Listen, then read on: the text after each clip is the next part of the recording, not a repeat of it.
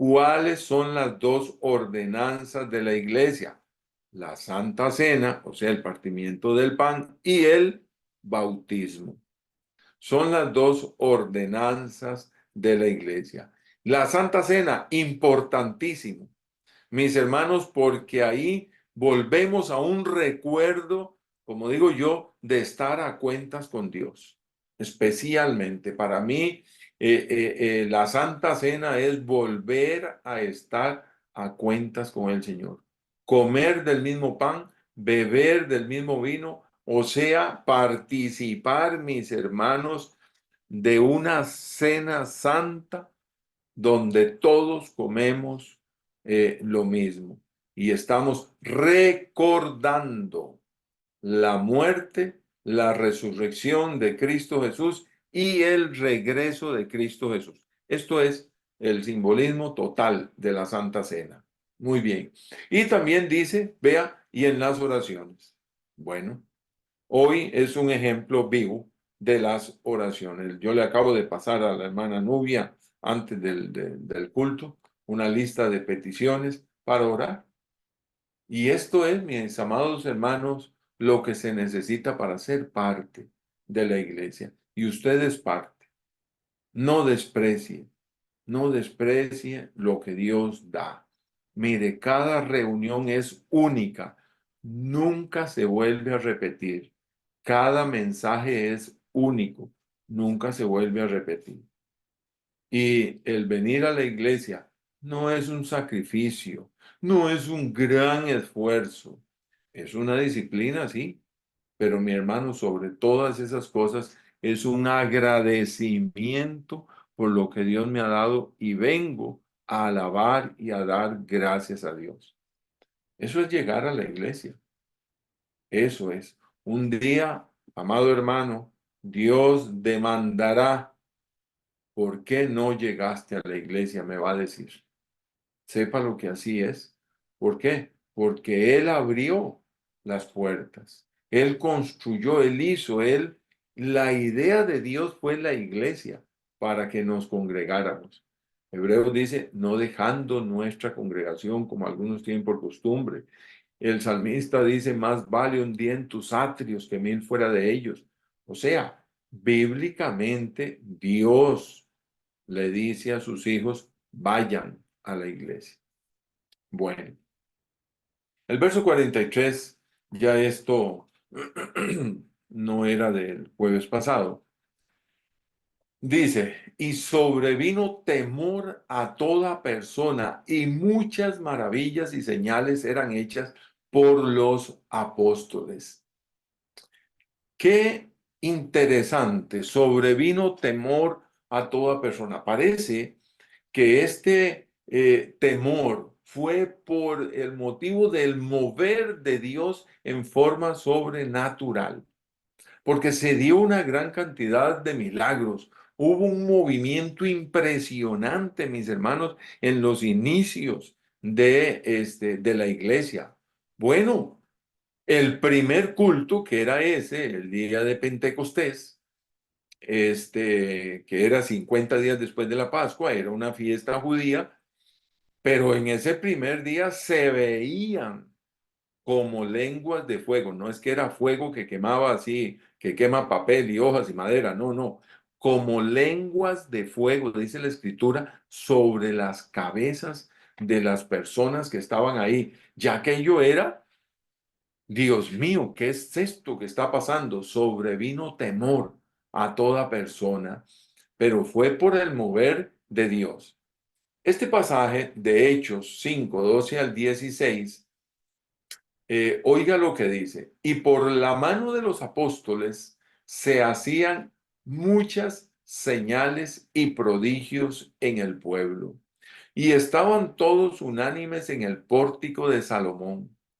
De los demás, ninguno se atrevía a juntarse con ellos, mas el pueblo los alababa grandemente a todos los apóstoles, todos los ministros, porque aquello ahí se movía el poder de Dios.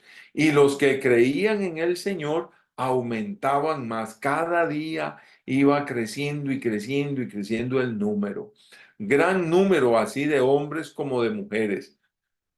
Tanto, oiga esto, que sacaban los enfermos a las calles y los ponían en camas y lechos para que al pasar Pedro, a lo menos su sombra cayese sobre algunos de ellos. Era tanta la cantidad de gente que por lo visto no podían estar ni tocándolos a todos porque no les daba tiempo. Y solo con el caminar de Pedro y su sombra, ellos querían que tan solo eso tocara sus cuerpos, aquella sombra. Y aún de las ciudades vecinas, muchos venían a Jerusalén trayendo enfermos y atormentados de espíritus inmundos, y todos eran sanados. Qué tiempo más impresionante, qué mover de Dios.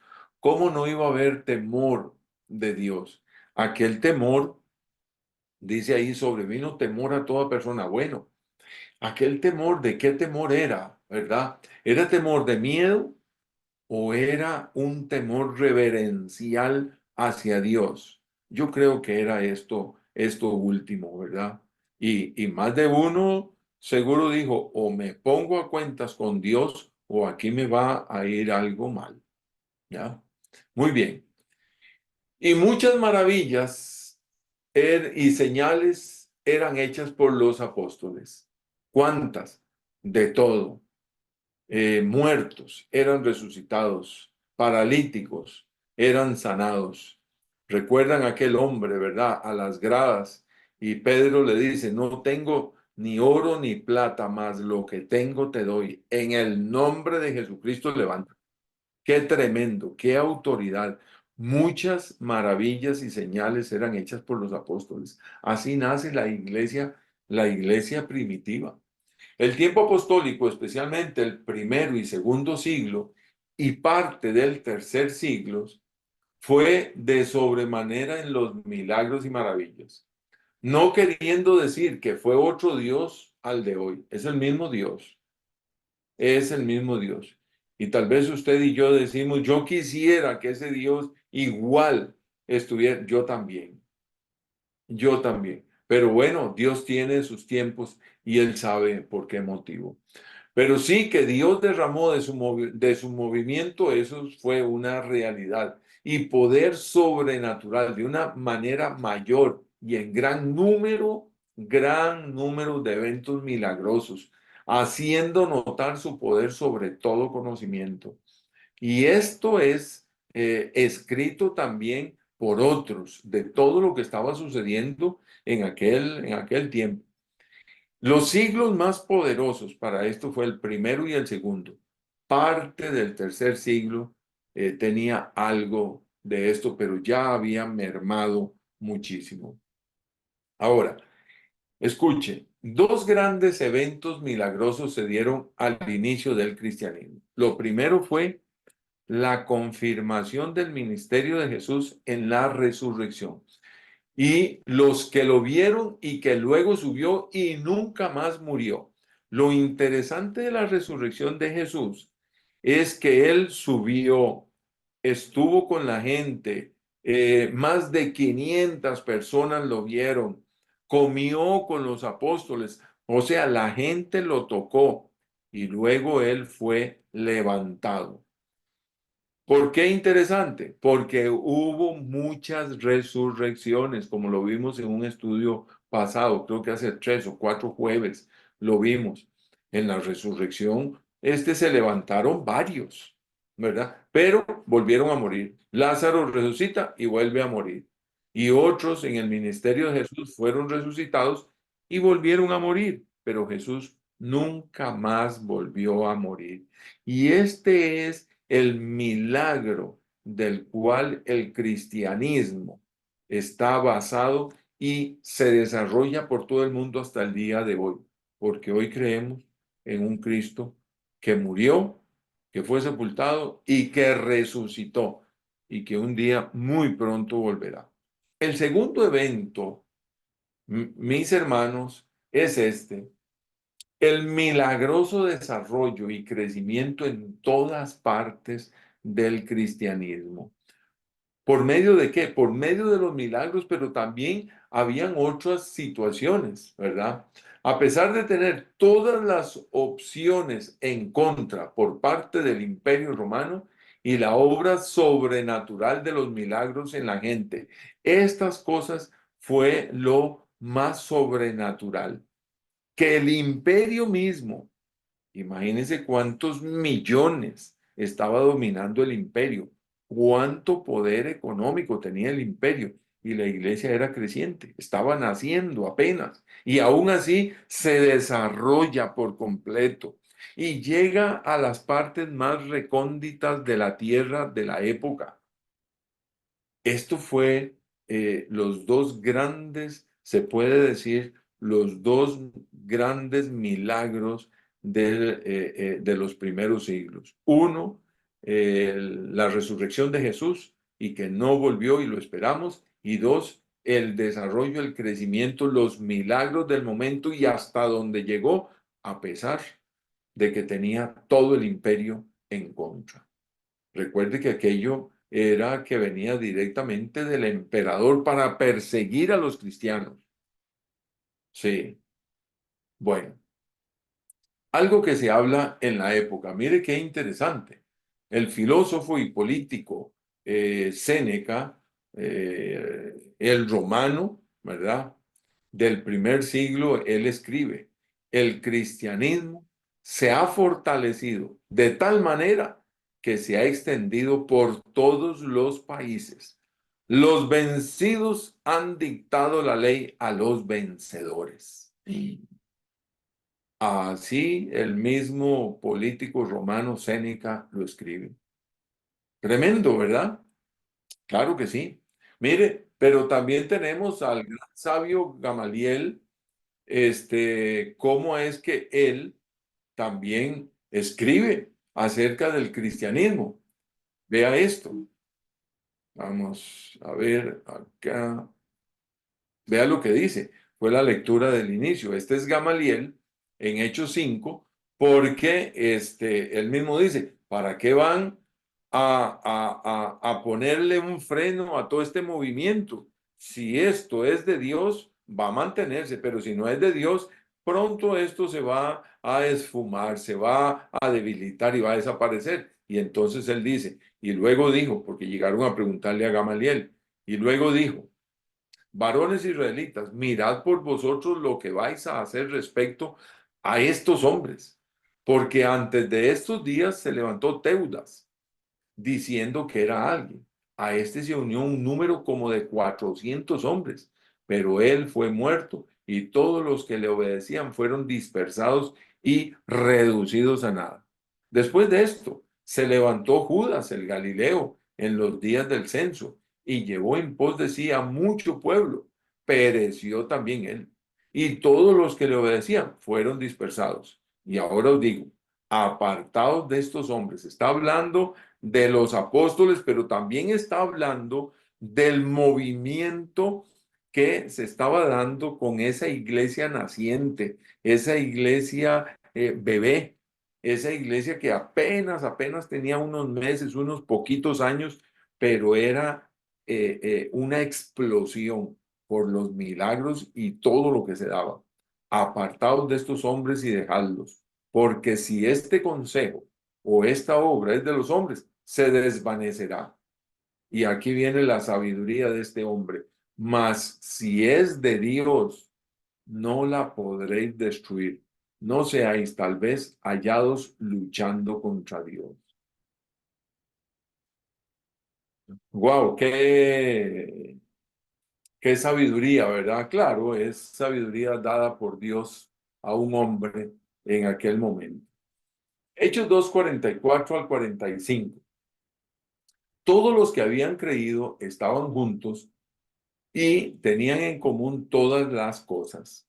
Vea este evento, vea lo que está contando. Y vendían sus propiedades y sus bienes y los repartían a todos según la necesidad de cada uno. Ahora, Este fue un evento muy particular de la época, porque vivían tiempos de escasez y hambruna. Este capítulo, Hechos 2, del 41 hasta el 47,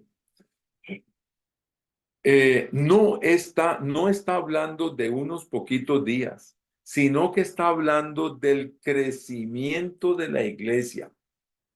¿Cuántos años está hablando aquí? Pudo haber hablado de muchos años, ¿verdad?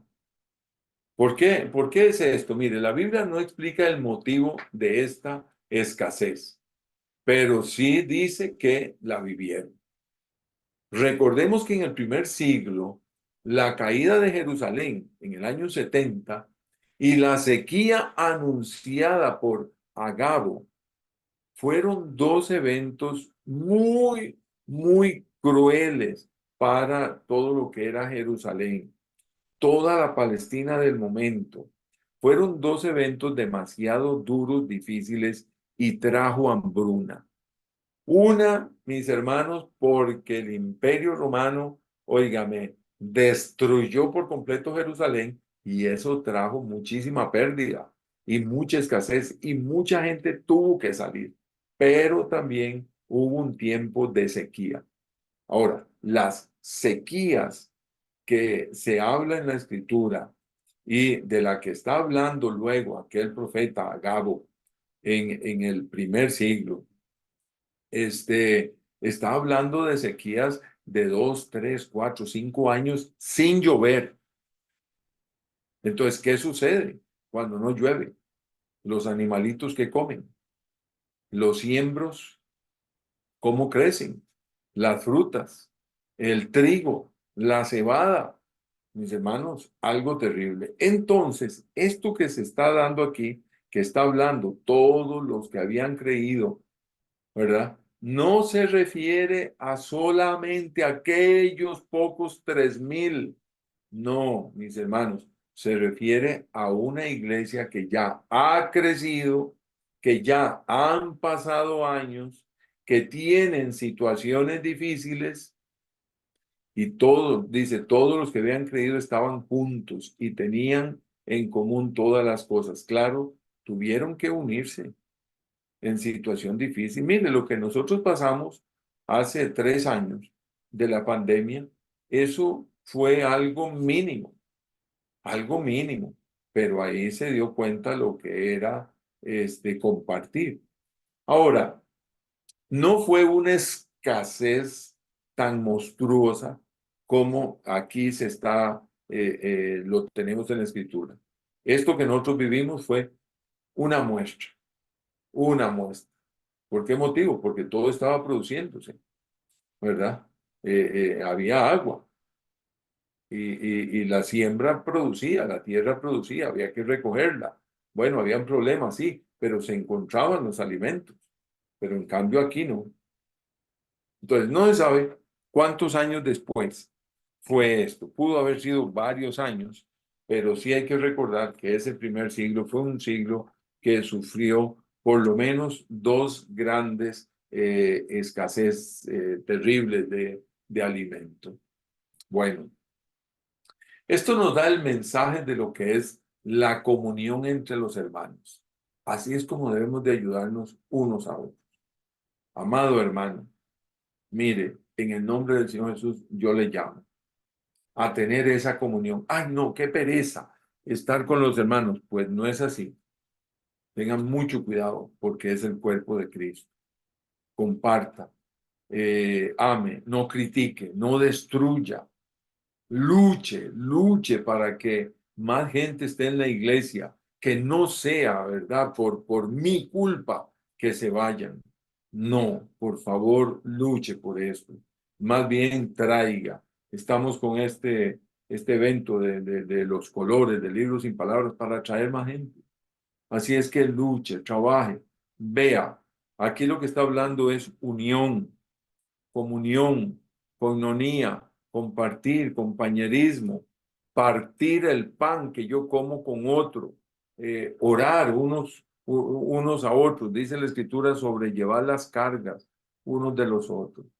Esto, mis hermanos, tiene que ser de esta forma. Hechos 2:46 dice, y perseverando unánimes cada día en el templo. Bueno, ahí se reunían todos los días.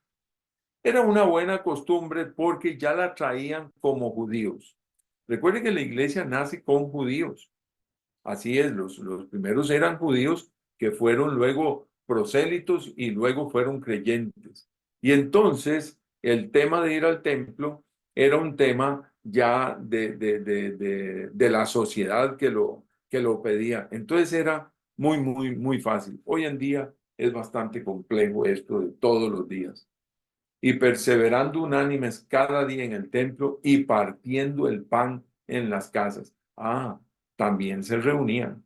Y también en las casas había Santa Cena. Comían juntos con alegría y sencillez de corazón. Qué bello, ¿verdad? Parece que el Espíritu Santo nos enseña aquí esa palabra, koinonía, compañerismo, comunión unos con otros, sea parte, ayude, participe, que por medio suyo la gente llegue a la iglesia, que por medio de mi persona la gente más bien diga qué lindo estar en la iglesia y no que sea.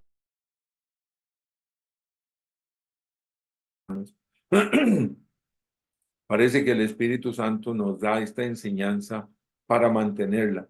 Esto fue en el primer siglo. Ya llevamos 20, 21 siglos y vuelve a ser vivo esto. Traiga gente, traiga, luche para que más gente esté en la iglesia.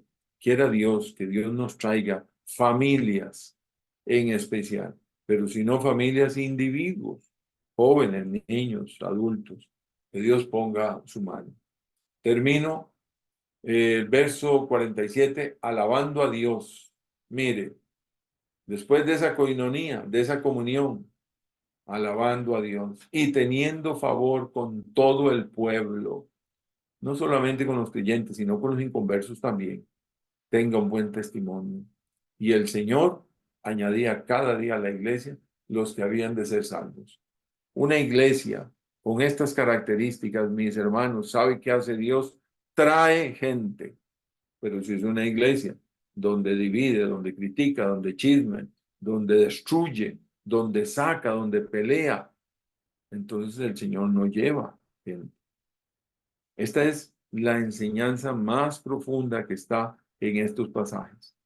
Una iglesia que tiene en común, una iglesia que ayuda unos a otros, que oran unos por los otros y que lucha para traer más, no para separar.